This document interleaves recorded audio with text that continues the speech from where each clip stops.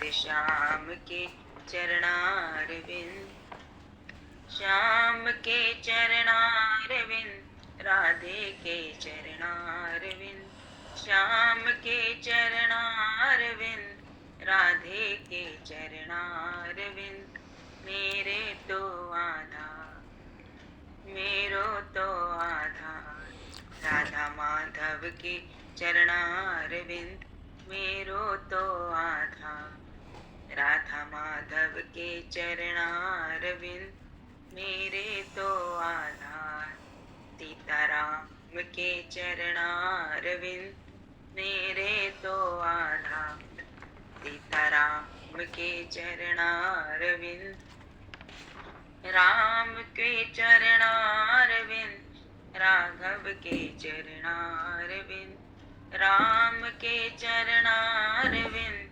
राघव के चरणारविंद, मेरे तो आधार, मेरे तो आधार, राधा माधव के चरणारविंद, मेरे तो आधार, राधा माधव के चरणारविंद, राधे के चरणारविंद, माधव के चरणारविंद, राधे के चरणारविंद, माधव के चरणारविंद। अनंत कोटि ब्रह्मांड नायक सर्वेश्वर पूर्ण परात्पर ब्रह्म, असंख्य कल्याण गुणगणनलय,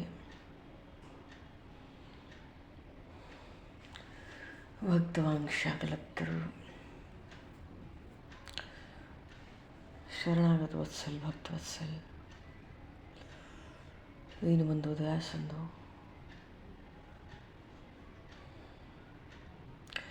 भगवान श्री सीताराम जी महाराज की असीम कृपा करुणा से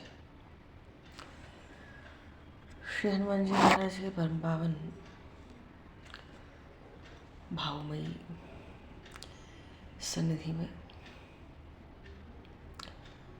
महापुरुषों की भावमयी उपस्थिति में एवं आप सभी श्रद्धालु भक्त वैष्णवों की मंगल सन्निधि में मानव जीवन का सर्वोत्कृष्ट फल भगवत गुणगान, भगवत स्मरण का आनंद हम सभी भगवान श्री कृष्ण चैतन्य प्रभु के लीला चरित्रों के माध्यम से प्राप्त करने जा रहे हैं। सर्वप्रथम आप सभी भक्तजनों के श्री चरणों में भगवत भाव से सादर वंदन, सादर नमन। आप सभी को यथा योग्य जय श्री राम,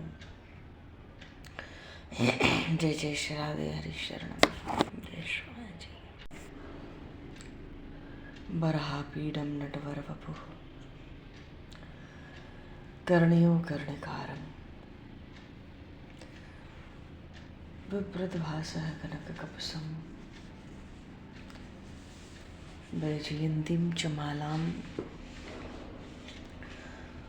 रन्ध्रान् वेणोर्धरसुधया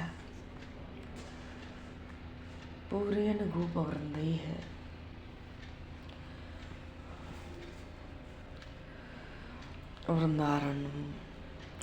वृन्दारण्यं स्वपदरमणं प्राविशद गीत कीर्ति है। ऐसे वो नंदनंदन श्याम सुंदर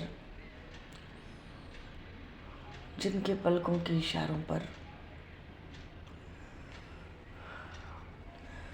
मुनि मन मोहिनी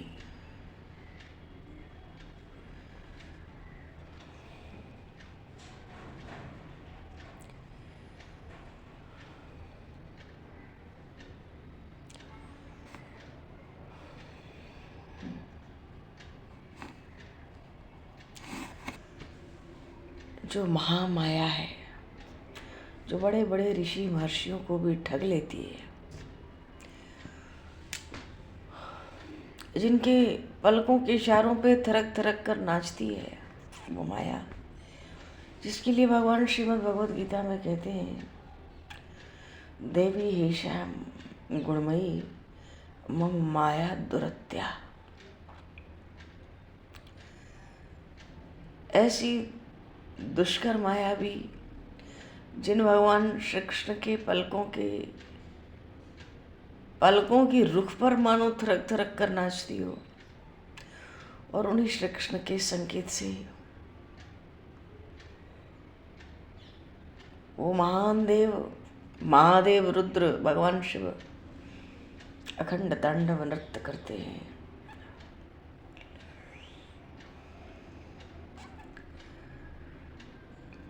देव ऋषि नारद आपको रिझाने के लिए सदा ही हाथ में वीणा लेकर, तो सदानंदी नारद है, नाच रहे हैं। हे देव, आपकी ही प्रसन्नता के लिए महर्षि व्यास, वाल्मीकि, शुक, शनकादिक जैसे घूम घूम कर झूम झूम कर तेरे ही गुणगान कर रहे हैं। और रूप भी तो बड़ा अनोखा है। श्री कृष्ण चैतन्य प्रभु सोचते हैं श्री कृष्ण में मेरा प्रेम हो जाए, और उस श्री कृष्ण प्रेम का वितरण मैं जीव मात्र को जगत भर में करूं, इसलिए संन्यास लेना चाहते हैं। श्री कृष्ण का रूप बड़ा अनोखा है। उनकी वो रूप माधुरी स्वयं प्रभु को दीवाना बना देती है। हाथ उठाकर प्रभु मणि के खंभों में नृत्य करते हैं, अपनी ही छवि को देखकर मोहित हो जाते हैं। दाऊ जी से कहते हैं, दाऊ भैया देखो ये कौन हमारे घर में आके रह रहा है, देखो कैसा सुंदर है। मैं तो समझता था ये अकेला है, पर इसके साथ भी इसका कोई भाई है। छोटे छोटे ये श्री कृष्ण बलराम। मैया इस छवि को देख देख के प्रसन्न होती है। दोनों को ये नहीं समझ में आता, अरे मणियों के खंभों में इन्हीं के प्रतिबिंब पड़ रहे हैं। कन्हैया तो प्रतिबिंबित कन्हैया के रूप पर ही मोहित हो रहा है। ऐसे ही भगवान श्री राम बाल लीलाओं में हाथ ऊंचे कर कर के दशरथ जी महाराज के अजर में, प्रांगण में, आंगन में नृत्य करते हैं, अपने रूप को देख देख के मोहित होते हैं। तो जो रूप माधुरी प्रभु को ही मोह ले, तो ज्ञानी, महात्मा, संत, साधु, प्रेमी, भक्त यदि उस रूप पर लोक परलोक सब न्यौछावर कर दे तो क्या आश्चर्य है। और आनंद के तो अनंत असीम सिंधु, उन आनंद घन प्रभु का आनंद का एक कण, एक क्षुद्र कण भी मिल जाए तो बड़े बड़े विद्वान तपस्वी लोग अपने जीवन को सार्थक समझते हैं। भगवान श्री कृष्ण प्रेम के अचिंत्य स्वरूप। बड़े बड़े संत महात्मा इसी से तो चरण कमलों की रज, चरणों की धूल के लिए लालायित तरसते रहते। अनंत दिव्य गुणों के भंडार प्रभु। ऐसा कौन शक्ति संपन्न है जो प्रभु को, ऐसी ताकत किसमें है जो स्वरूप, प्रभु के स्वरूप को जान सके। सबको नचाने वाले सरकार, वहाँ किसकी मनमानी चलती है? जो उचित समझते हैं वो करते हैं। उनकी लीला में आनाकानी कौन कर सकता है? श्री चैतन्य देव संन्यास दीक्षा लेने जा रहे, उन प्रभु की लीला में कोई आनाकानी नहीं कर सकता। चाहे जैसे सची माता से अनुमति ले आए, चाहे जैसे उनको विश्वास है प्रभु को। गौरांग देव को विष्णु प्रिया से भी अनुमति मिल गई है संन्यास के लिए। केशव भारती जी महाराज की शरण लिए। दंडी स्वामी हैं केशव भारती जी महाराज।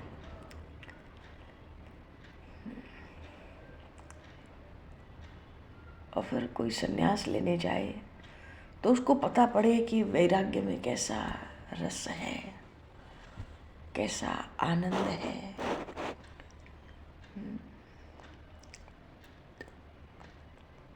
कोई सन्यासी हुए उसमें वैराग्य न हो तो फिर तो वो उपहास का पात्र है। सन्यास का अर्थ ही है प्रखर वैराग्य। देहे स्थव मांस रुद्रे विमतिम त्यजत्वं जाया सुता दिश सदा ममतां विमुंच पश्यानिशं जगदिदं क्षणभंगनिष्ठं वैराग्य राग रसिको भव भक्तिनिष्ठ। श्रीमद् भागवत के महात्मा में गौकर्ण जी महाराज, गौकर्ण जी महाराज ऐसे महाप्रभु जब सन्यास के लिए चले, उनकी भी लीला में बाधा डालने की, आनाकानी करने की किसी की सामर्थ्य नहीं है।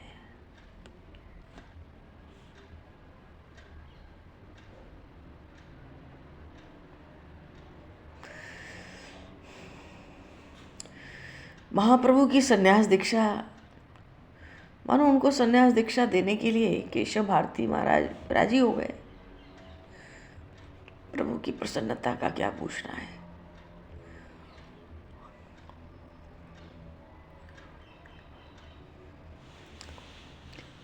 पर कंटक नगर के जो निवासी हैं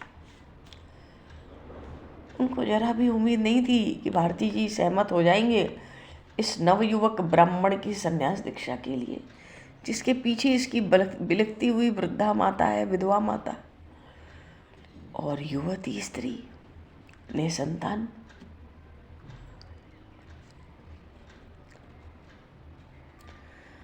पर लोग देखते हैं कि अरे ये केशव भारती तो उस ब्राह्मण युवक को सन्यासी बनाने के लिए राजी हो गए। अब घर घर भिक्षा मांगने वाला गृह त्यागी बनाएंगे। लोगों के दुख का कोई ठिकाना नहीं है।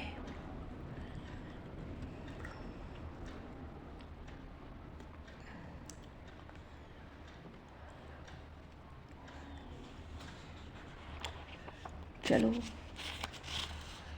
जैसे तैसे भारती जी भी, केशव भारती जी महाराज दंडी स्वामी हैं, बड़े वैरागी महात्मा हैं, अपनी विवशता प्रकट करते हैं। कहते हैं भाई मैं तो इसको सन्यास देने के पक्ष में नहीं था, लेकिन अब मैं भी विवश हूं। इनकी इच्छा को टालने में कोई समर्थ नहीं है।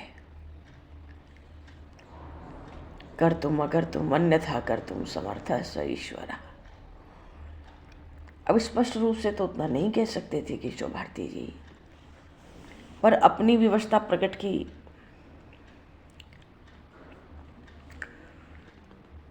मानो इनकी लीला, ये जो चाहते हैं उसमें कोई बाधा नहीं डाल सकता सृष्टि में।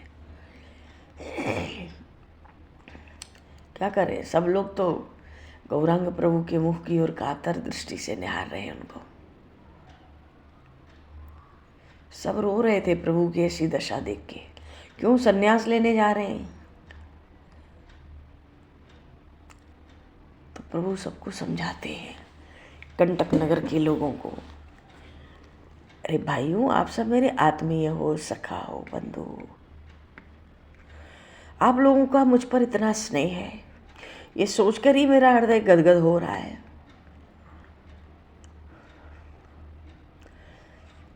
पर मैं विवश हूं, अब मैं अपने वश में नहीं हूं। श्री कृष्ण ही मुझे पकड़ कर ले आए हैं। आप सब आशीर्वाद दीजिए, मैं अपने प्यारे श्री कृष्ण को पा सकूं। मैं वृंदावन में जाऊंगा।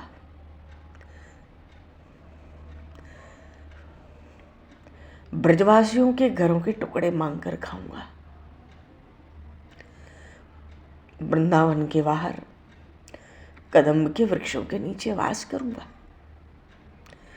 जमुना जी का सुंदर श्याम रंग वाला स्वच्छ जल पीऊंगा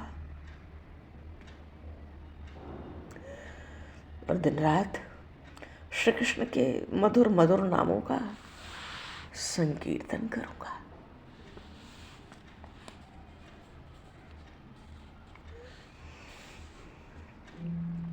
जब तक मेरे प्राण प्यारे श्री कृष्ण न मिलेंगे,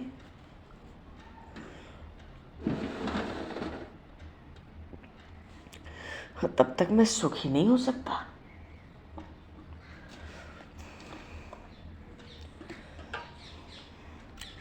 मुझे शांति नहीं मिल सकती।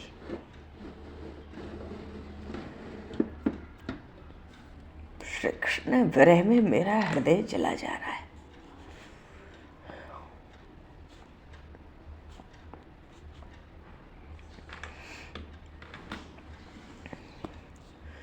वो श्री कृष्ण के उनका जब सुंदर शीतल सम्मिलन सुख होगा, तभी मैं शांत हो पाऊंगा। आप सब हृदय से एक बार मुझे आशीर्वाद दें। इतना कहते कहते गौरांग प्रभु जोरों से भगवान के नाम का उच्चारण करते हुए बड़े करुण स्वर से क्रंदन करने लगे। सब मंत्रमुग्ध हो गए। अब आगे और कुछ कहने का किसी को भी साहस नहीं हुआ।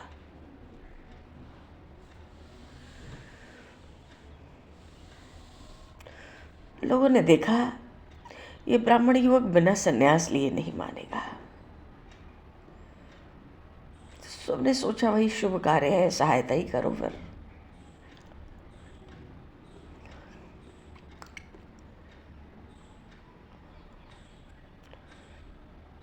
पूजन सामग्री आ रही है, पुष्प मिठाइयाँ आ रही हैं, बगीचे में हवन की वेदियाँ बनाई जा रही हैं। रोली, हल्दी, चूना, लाल, पीले, हरे तरह तरह के विचित्र रंगों से रंगे जा रहे हैं। जगह जगह पर केले के खंभे गाड़े जा रहे हैं। आचार्य चंद्रशेखर भी साथ आए हैं ना, उनको प्रतिनिधि बना दिया गया है इस शुभ कार्य की व्यवस्था का, इस कार्यक्रम का। गंगा में स्नान किया, महाप्रभु ने देवताओं ऋषियों का पूजन किया, तृप्त किया, पितरों का श्राद्ध तर्पण किया।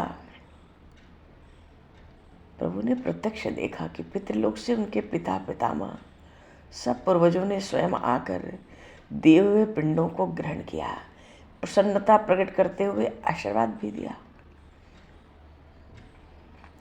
अक्षत, धूप, नैवेद्य, नारिकेल, तांबुल, कई तरह के मेवे, तिल, जौ, चावल, घृत, हवन की सामग्री, कुश, दुर्वा, घट, सकोरे, सब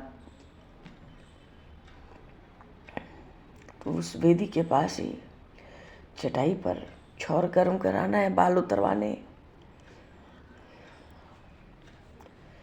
हरिदास नाम के नाऊ है, नापित, कटवा गांव में बड़ा प्रभाव था उस नाऊ का।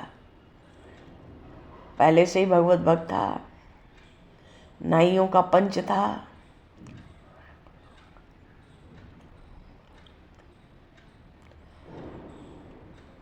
और जब महाप्रभु के मुख कमल की ओर देखा, तृप्ति नहीं होती उसको दर्शन कर करके।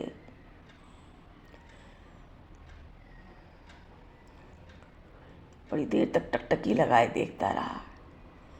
प्रभु का श्रीमुख निहारता रहा। काठ की मूर्ति बन गया निहारते निहारते। प्रभु कहते हैं, भाई देर क्यों करते हो, विलंब हो रहा है, जल्दी कार्य करो। अब क्या करूं महाराज? नापित कहता है, क्या करूं?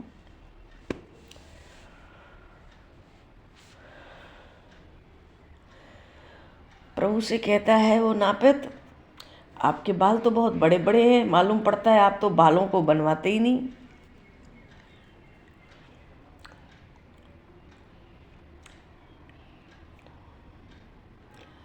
प्रभु कहते हैं, पर सन्यास के समय सब बालों को बनवाने का शास्त्रीय विधान है।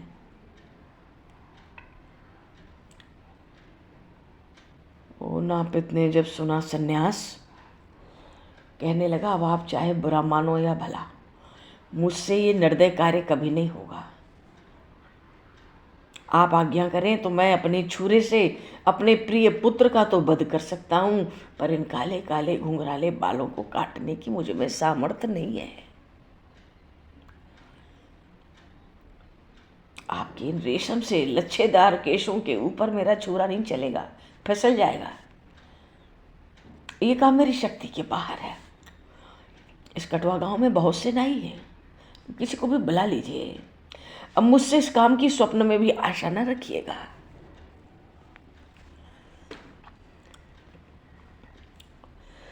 प्रभु ने बड़ी अधीरता प्रकट करी। हरिदास, अब देखो मेरे शुभ काम में तुम रोड़े मत अटकाओ। मैं तो श्री कृष्ण से मिलने के लिए व्याकुल हो रहा हूं। तुम मेरे इस काम में सहायक बनो और अक्षय सुख के भागी बन जाओ।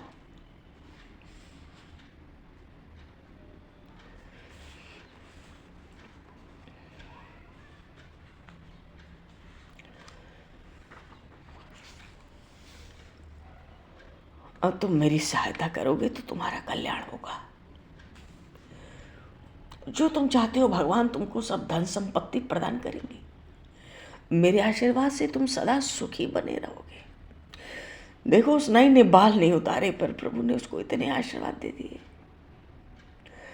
पर वो जो नाऊ था ना, नाई, हरिदास हंसकर कहता है, धन तो मेरे पास है नहीं, और संतान चाहे मेरी आज ही मर जाए, और चाहे मेरे सारे शरीर में गलित कुष्ठ हो जाए, पर प्रभु मैं कहता हूं मुझसे ये काम नहीं होगा। धन संपत्ति स्वर्ग का लोभ देकर आप किसी और को बहका सकते हैं, मुझे इनकी इच्छा नहीं। आप नगर में से दूसरा नाई बुला लीजिए।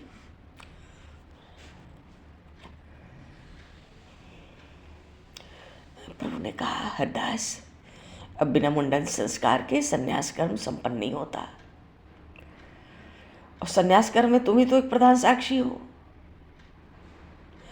तुम मुझ दीनहीन दुखी कंगाल पर दया क्यों नहीं करते? अरे मेरे प्राण श्री कृष्ण के लिए तड़प रहे हैं, और तुम मुझे इस प्रकार निराश कर रहे हो। अब भैया देखो, मैं अपनी धर्मपत्नी से अनुमति ले आया हूँ। अब मेरी माता ने मुझे सन्यासी होने की आज्ञा दे दी है।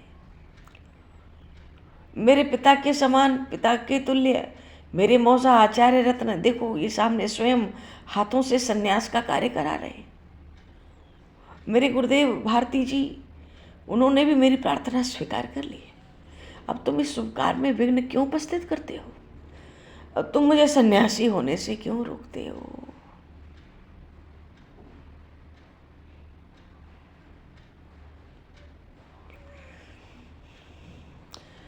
नहीं, कहता है, प्रभु मैं आपको कब रोकता हूं?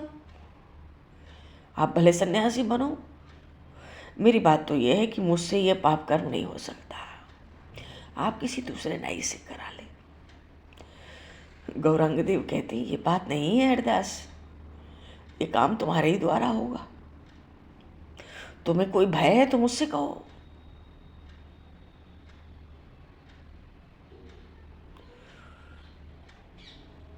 जासु त्रास डर कहूँ डर होई।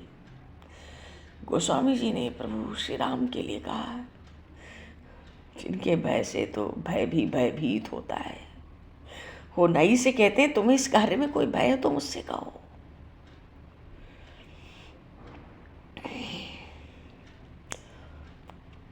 आंसू भर लिए उस नाई ने।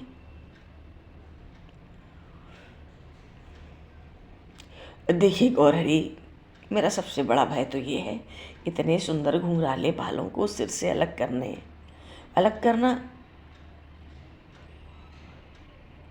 तो मैं तो अपने धर्म की प्रत्यक्ष हानि देख रहा हूं उसमें। जिस छुरे से आपके पवित्र बालों का मुंडन करूंगा, मेरे छुरे का भी नुकसान है, क्यों फिर साधारण लोगों से उस छुरे के सिरों को मैं कैसे छुआऊंगा? तो धर्म की भी हानि है, छुरा भी जा रहा है। और फिर जिस हाथ से आपके सिर का स्पर्श करूंगा, फिर किसी दूसरे की खोपड़ी को मैं नहीं छू सकूंगा। देखो, गौर प्रभु की ऐसी माधुरी है, वो नहीं कहता है फिर मैं जीवन में किसी का सर नहीं छूंगा। छुरा भी गया, काम भी गया, धर्म भी गया।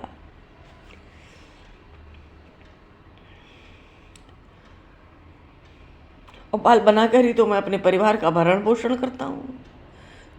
मेरा काम निर्वाह जीवन का परिवार का कैसे होगा?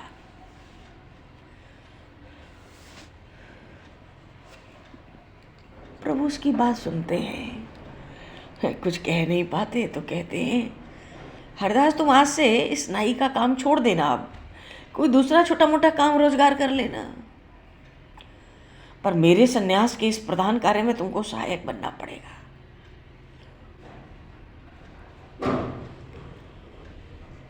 अभी तक तो नाई अपने को बहुत रोक रहा था, पर प्रभु की इस बात को सुन के वो अब और नहीं रोक पाया खुद को। बड़े जोरों से रुदन करने लगा, रोते रोते कहने लगा, प्रभु आप ये बात तो मेरी गर्दन पर छुरी चलाने की है। हाय हाय, मैं ऐसे सुंदर बालों को, केशों को आपके सिर से कैसे अलग कर सकूंगा? आप मुझे क्षमा कर दें। मैं बिल्कुल भी चाह कर भी, मैंने देख लिया, मैं बिल्कुल इस काम को करने में एकदम असमर्थ हूँ। प्रभु देखती तो राजी नहीं हो रहा। तो गौरंग प्रभु ने अपने ऐश्वर्य से काम लिया। भगवान श्री कृष्ण ने ब्रज में अपने ऐश्वर्य को छिपा के रखे, माधुर्य की, प्रेम की, आनंद की लीलाएं की। पर महाप्रभु ने आज पहली बार जब देखा ये किसी स्थिति से राजी नहीं होता मेरे बाल का मुंडन करने में, तो आज महाप्रभु ने सर्वप्रथम पहली बार चैतन्य प्रभु ने अपने ऐश्वर्य से काम लिया और आज्ञा करते हैं, आदेश, हरदास अब देर करने का काम नहीं, जल्दी से छौर करो। प्रभु की वाणी इतनी गंभीर थी, तेज असीम श्रीमुख पर हरदास विवश हो गया, हाथ कांप रहे हैं। कांपते हुए हाथों से उसने भगवान के बिल्कुल चिकने घुंघराले बालों का स्पर्श किया। अश्रु बहता जाता है, छौर करता जाता है, कभी करते करते रुक जाता है, कभी कभी जोरों से भगवान नाम का उच्चारण करके रोने लगता है। अब प्रभु आग्रह कर करके उसको समझाते हैं, फिर छौर करता है और थोड़ी देर में तो उठकर नृत्य करने लगता है। छौर करते करते कभी गाता है, कभी नाचता है, कभी रोता है, कभी हंसता है। शाम हो गई तब पूरा हुआ महाप्रभु का छौर कर्म।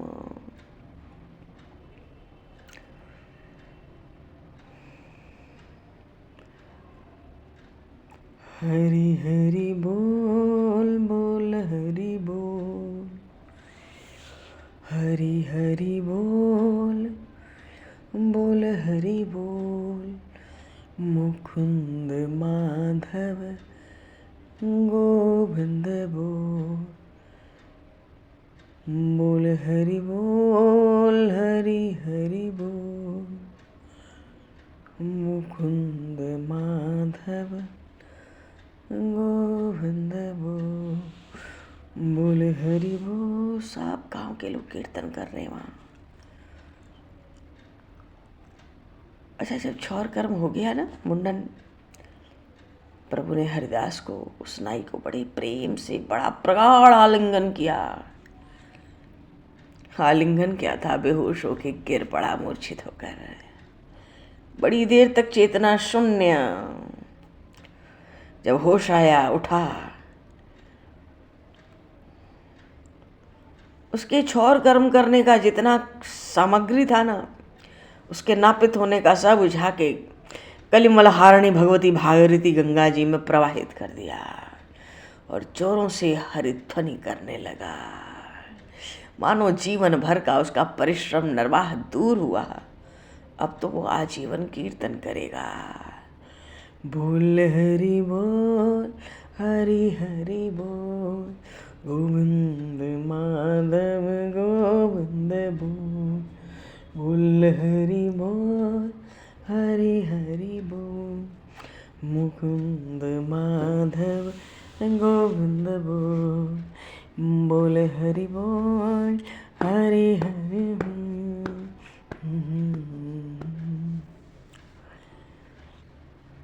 अमर बन गया वो नाई महाप्रभु का मुंडन करा के। अपूर्व अनुराग उसको प्रभु में प्राप्त हो गया। प्रभु के चरणों की पावन धूलि को अपने मस्तक पर चढ़ाकर वो जब भी उस घटना का स्मरण करता पछाड़ खा के गिर जाता रोते रोते। तभी तो कहते हैं भाई, पारस में और उस संत में संत अधिक करमान। यह लोहा कंचन करें, संत करें आप समान। मानो महाप्रभु गौरांग के गुणों के साथ हरिदास उस नापित की अहेतु की भक्ति भी अमर हो गई। गौर भक्तों में वो नापित, वो नाई हरिदास भी पूज्य बन गया। बोली श्री चैतन्य महाप्रभु की जय। हाँ,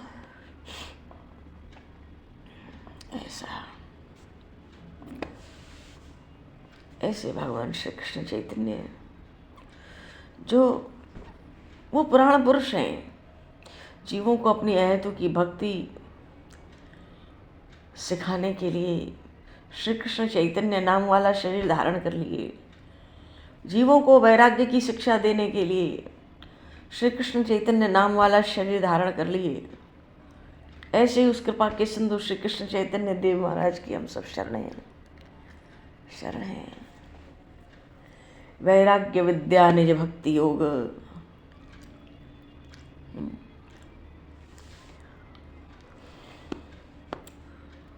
वैराग्य विद्या निज भक्ति योग। शिक्षार्थ में कह पुरुष पुराण। श्री कृष्ण चैतन्य शरीरधारी कृपाम्बुधिर्यस्तमहं प्रपद्ये। श्री कृष्ण चैतन्य शरीरधारी कृपाम्बुधिर्यस्तमहं प्रपद्ये। कृपा के सिंधु भगवान श्री कृष्ण देव भक्तजन उनके चरणों की शरण होते हैं, जिनके स्पर्श से ही श्री कृष्ण प्रेम को जीव प्राप्त कर लेता है।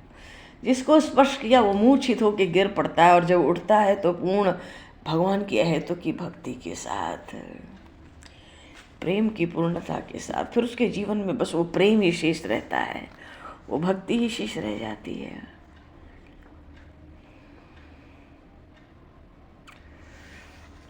और भैया उद्धव केशव भारती जी,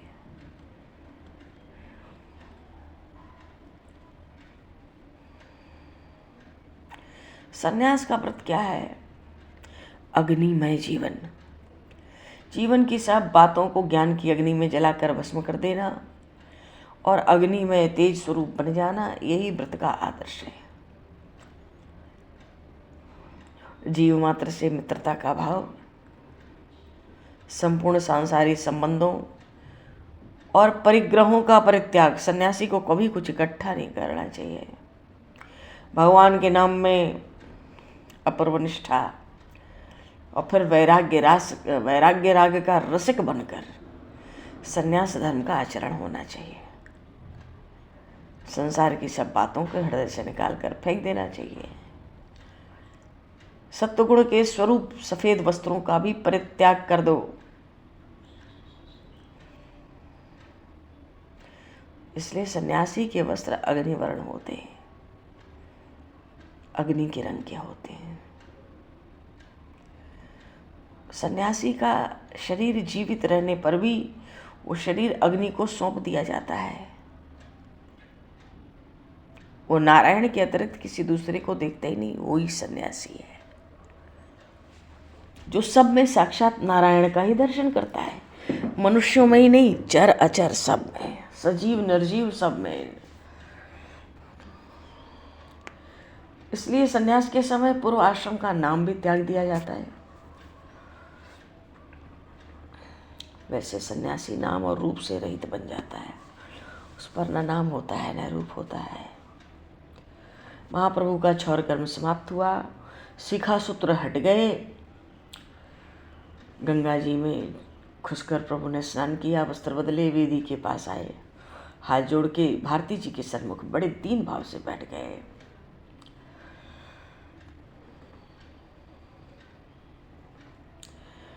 वो बैठकर सन्यास मंत्र ग्रहण की याचना करते हैं, जिज्ञासा करते हैं।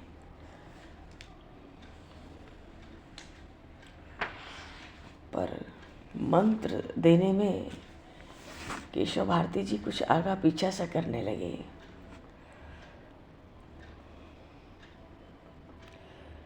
तो प्रभु बड़ी उत्सुकता से कहने लगे, भगवान गुरुदेव से कहते हैं, मैंने सुना है कि सन्यास के मंत्र को किसी के सामने कहना ना चाहिए। गुरुदेव ने कहा, हाँ, सन्यास मंत्र को शास्त्रों में परम गोप्य बताया गया है। गुरुजनों के अतिरिक्त उसे हर किसी के सामने प्रकाशित नहीं कर सकते। प्रभु ने गुरुदेव से कहा, मुझे आपसे एक बात निवेदन करनी है। वो बात बड़ी गुप्त है, कान में ही कह सकूंगा।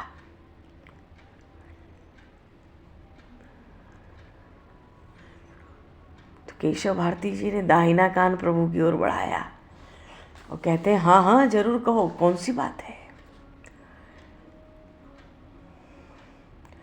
कान के पास जाके देखो, दीक्षा तो गुरु देता है शिष्य के दाहिने कान में।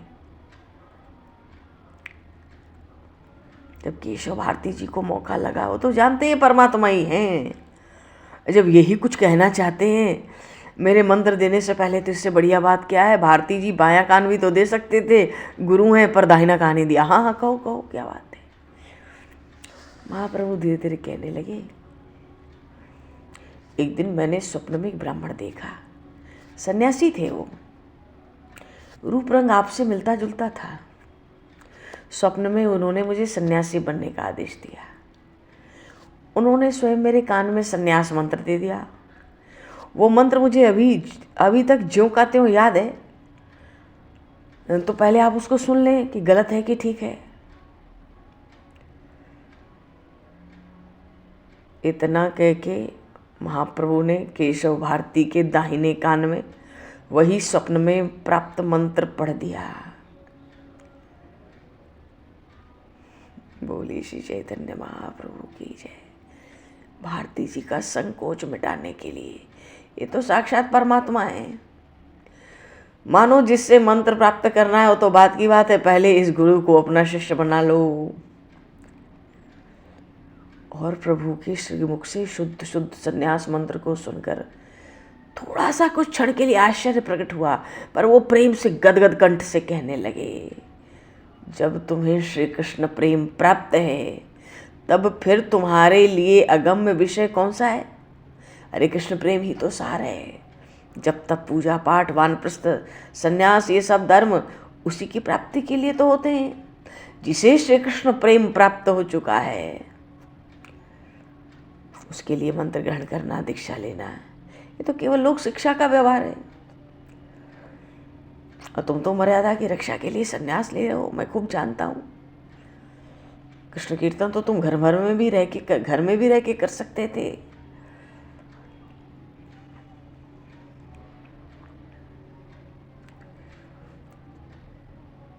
स्मृतियों में कहे हुए धर्म अब तुमसे नहीं होंगे। तुम संन्यास धर्म का अनुसरण करने जा रहे हो।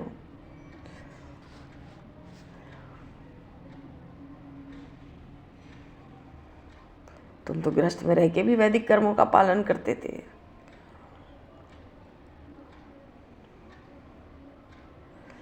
लेकिन अब तुम संन्यास धर्म लेकर के और दंड धारण करके संन्यास धर्म की कठोरता का प्रदर्शन करोगे, वो भी सब लोक शिक्षा के लिए, मैं जानता हूं।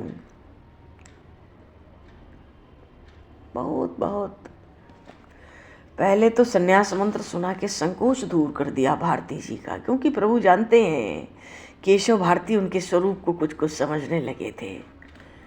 तो प्रभु ने उनको मंत्र तो देना ही नहीं चाह रहे, उनका साहस ही नहीं होता प्रभु को मंत्र देने का। कान में प्रभु ने ही मंत्र पहले सुना के पहले ही शिष्य बना लिया, और वो भी एकांत में, स्वप्न का आश्रय लेकर।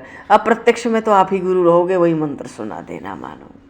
और ऐसा शुद्ध शुद्ध मंत्र उच्चारण किया।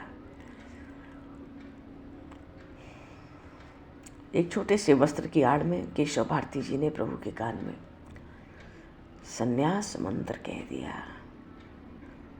मंत्र क्या सुना, सुनते ही प्रभु मूर्छित होकर गिर पड़े पृथ्वी पर, और मंत्र को सुनते ही हा कृष्ण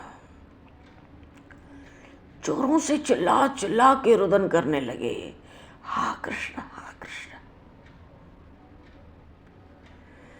नित्यानंद जी महाराज पास में बैठे थे, प्रभु को संभालते, प्रभु को होश में लाने की चेष्टा करते। गुरुदेव ने पुराने वस्त्र प्रभु के उतरवा दिए। पुराने कार थे, गंगा स्नान करके आए थे अभी, कासाए वस्त्र पहनने के लिए दे दिया। एक ओढ़ने का वस्त्र, 2 कौपीन, भिक्षा मांगने को वस्त्र, 1 कंथा, 1 कटी वस्त्र, गिने हुए ये 3 वस्त्र, 1 भिक्षा पात्र केशव भारती जी ने प्रभु को दिया।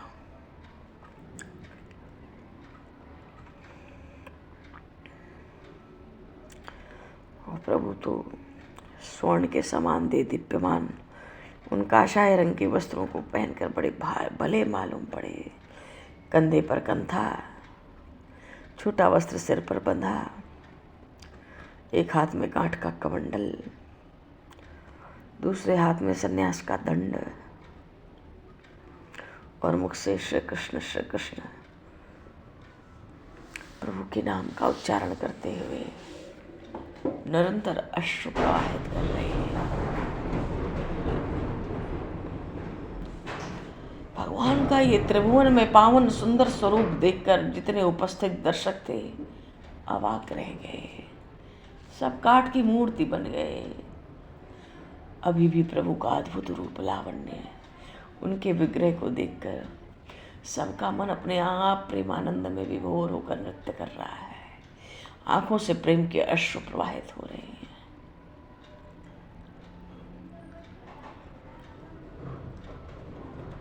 मानो इतनी शांति है वातावरण में, कोई जोर से श्वास ले तो भी मालूम पड़े। पक्षियों ने भी उस समय बोलना बंद कर दिया। ऐसी अद्भुत शोभा, प्रभु के रूप माधुरी। बोली श्री चैतन्य महाप्रभु की जय। श्री नित्यानंद प्रभु की जय। इस प्रकार प्रभु का संन्यास ग्रहण, संन्यास दीक्षा संपन्न हुई।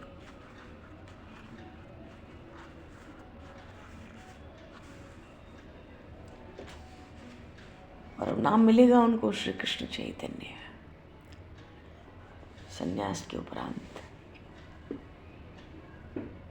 अभी तो उनका नाम गौरांग, निमाई, विश्वंभर रहा, विश्वरूप के छोटे भाई विश्वंभर। अब उनको श्री कृष्ण चैतन्य नाम मिलेगा। पर भगवान समय को दृष्टिगत करते हुए बोली श्यावर रामचंद्र भगवान की जय। राधेवर कृष्णचंद्र भगवान की जय। गौरी शंकर भगवान की जय।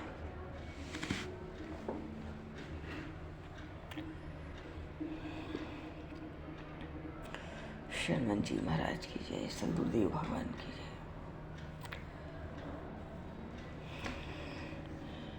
समय को दूषित करते हुए पावनी को वराम वाक्य पुष्पांजलि प्रभु के श्री चरणों में सादर समर्पित।